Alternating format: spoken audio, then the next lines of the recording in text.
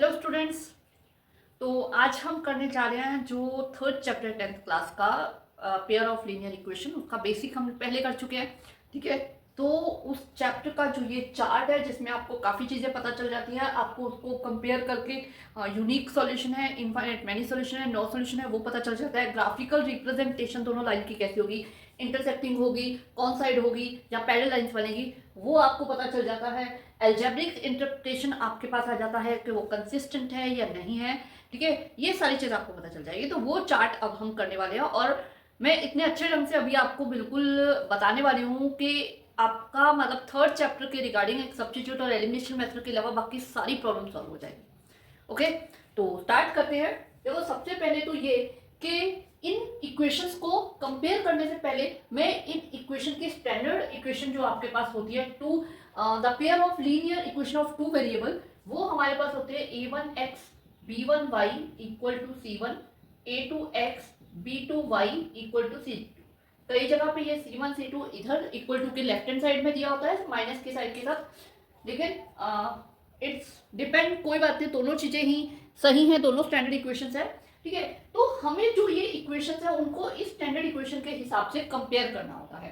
ठीक है, आप देख सकते हो यहाँ पे मैंने x 2y 0, तो हमें क्या करना है, जो x का कोफिशिएंट है उसे a1 लेना है, जो y का कोफिशिएंट उसे b से डिनोट किया है और जो कांस्टेंट कोफिशिएंट है उसे c से डिनोट किया है। आप देख सकते हो, अगर मैं इस इक्वेशन को इसके साथ यहाँ लिखूं x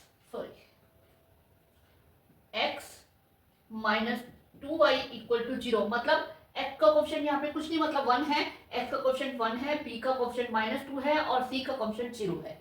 तो इस तरह से हमें कंपेयर करना है। ठीक है, तो यहाँ पे हमें क्या है, रेशो फाइंड करनी है a1 a2 b1 b2 और c1 c2 की। पहले a1 अपॉन a2, यानी कि इसका a का कोफिशिएंट है 1, इसका x का कोफिशिएंट है 3, तो ये 1/3 आ गया। इसी तरह b1 अपॉन b2 वो आ जाएगा 2/4, यानी कि 1/2। c यहाँ पे कुछ नहीं दे रखा यानी कि 0 है, अपॉन 20। आप देख सकते हो, जब हम इन्हें कंपेयर करेंगे, कंपेयर करते वक्त हमें क्या देखना है, हमें सबसे पहले a1 अपॉन a2 अगर नॉट इक्वल आ रहा है b1 अपॉन b2 के, आप देख सकते हो ये 1/3 है, 1/2 है।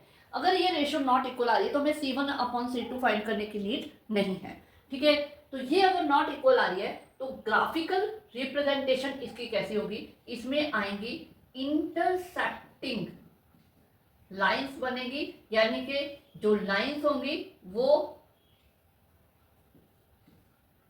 किसी एक पॉइंट पे इंटरसेक्ट करेंगी, कट करेंगी। तो इसका एल्जेब्रिक इंटरप्रिटेशन मतलब इसमें सॉल्यूशन कितने होंगे, जब ये दोनों लाइन किसी एक पॉइंट पे कट कर रही है, यानी एक पॉइंट ऐसा है कॉमन जिसपे ये दोनों लाइन पास आउट हो रही है, तो ये क्या हो गया, एक यूनिक सॉल्यूशन हो गया, यानी कि एक पॉइंट पे ही कट कर रही है और यही पॉइंट इन दोनों का सॉल्यूशन है, यूनिक सॉल्यूशन हो जाएगा। ठीक है, और जिसका सॉल्यूशन है वो सिस्टम कंसिस्टेंट होता है।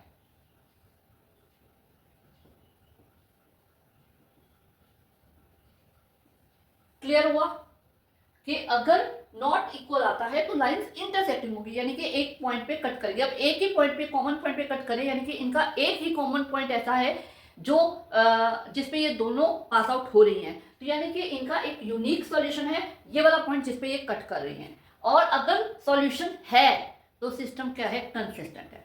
ठीक है, अब सेकेंड पे चलते हैं। सेकेंड में देखो आप a1 अपॉन a2 आ जाएगा 2/4, यानी कि 1/2, 3/6 यानी कि 1/2 एंड 9/18 यानी कि 1/2।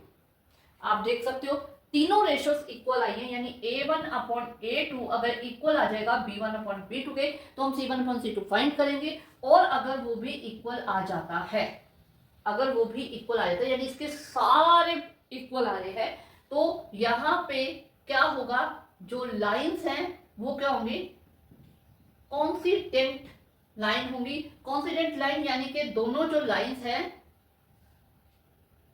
दोनों जो लाइंस है वो एक के ऊपर एक आ जाए, पूरे एक दूसरे के ऊपर आ जाएंगी। अब पूरे एक दूसरे के ऊपर आ गई, यानी कि 1 2 3 4 5 6 7 8 9 10, ये इसके इनफाइनाइट पॉइंट पे ये कट कर रही हैं, सारे ही पॉइंट पे कट कर रही है, क्योंकि ये तो लाइन से आगे बढ़ा देंगे जितना बढ़ाना चाहे, तो इनफाइनाइट पॉइंट पे कट कर रही है, तो इसके इनफाइनाइटली मैनी सॉल्यूशन हो जाएंगे।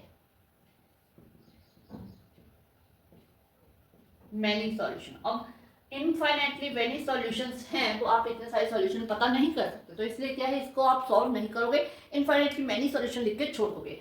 लेकिन इसका सॉल्यूशन है, चाहे इनफाइनाइट है लेकिन सॉल्यूशन तो है, तो इसलिए ये सिस्टम क्या है, सिस्टम इज कंसिस्टेंट।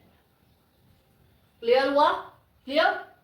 अब इसी तरह हम थर्ड को करते हैं, 1/2 आ जाएगा, यहाँ पे आ जाएगा 2/4 यानी 1/2। अब बच्चे कहेंगे मैम यहाँ भी इक्वल आ रहा है, बिल्कुल आ रहा है, अगर इक्वल आ रहा है तभी तो हम C1/C2 फाइंड करेंगे, इक्वल नहीं आएगा तो फर्स्ट सिचुएशन हो जाएगी ना, काम खत्म।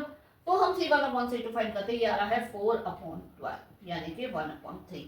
अब आपका A1/A2 जो है वो तो इक्वल, जब ऐसी सिचुएशन आ जाती है कि ये दोनों इक्वल है, ये नहीं है, तो उसका क्या होता है, जो लाइंस होती हैं वो पैरेलल होती हैं। पैरेलल लाइंस का मतलब क्या हो गया, पैरेलल लाइंस का मतलब जानते हो ना क्या होता है, पैरेलल लाइन यानी कि जो किसी भी पॉइंट पे नहीं मिल रही, अब किसी पॉइंट पे आपस में कट ही नहीं करिए, कोई कॉमन पॉइंट है ही नहीं, तो इसका मतलब क्या हुआ कि इसका नो सॉल्यूशन, इसका कोई सॉल्यूशन है ही नहीं।